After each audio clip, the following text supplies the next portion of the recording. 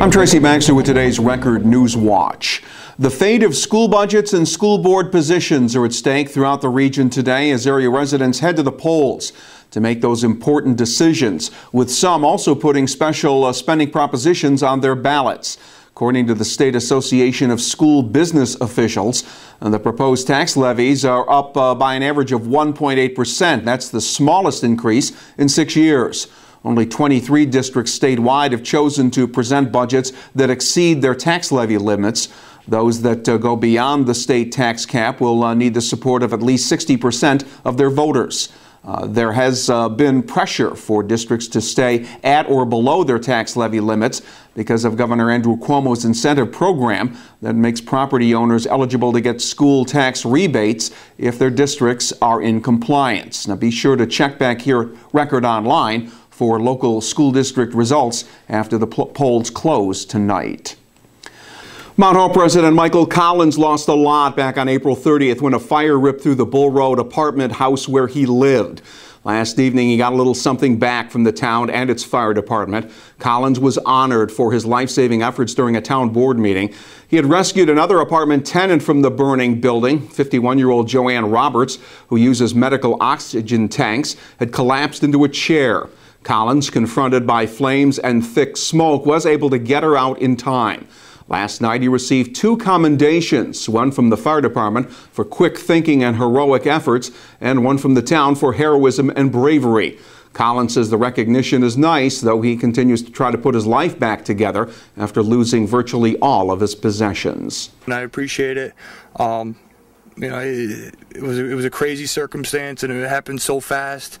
And I'd like to think anybody else would have done the same thing. I mean, you know, it's a real nice thing, and it's an honor. Trying to get my life back together. You know, as you can imagine, I lost pretty much everything that was in that apartment.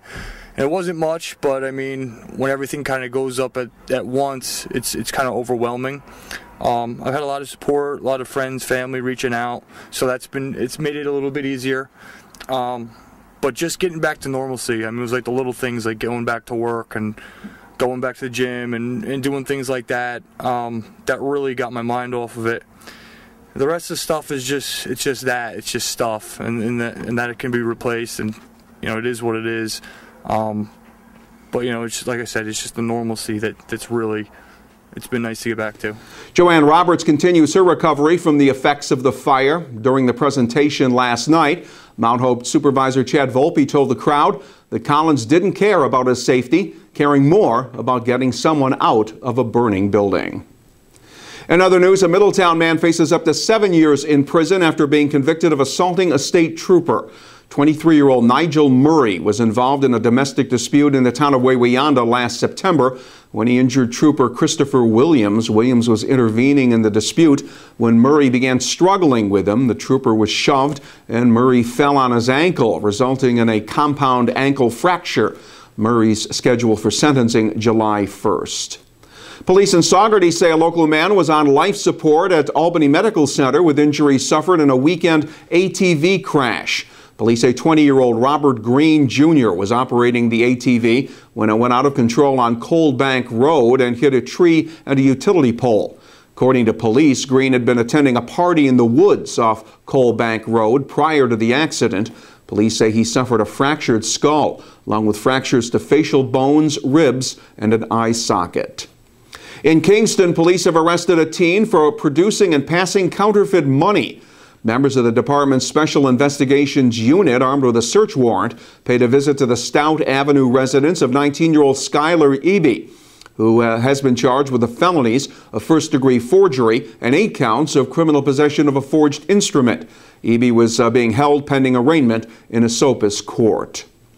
State police have arrested a Wurtsboro woman who they say used a stolen credit card to rack up a number of purchases while posing as the card owner. 27-year-old Heather Ailman has been charged with grand larceny and identity theft.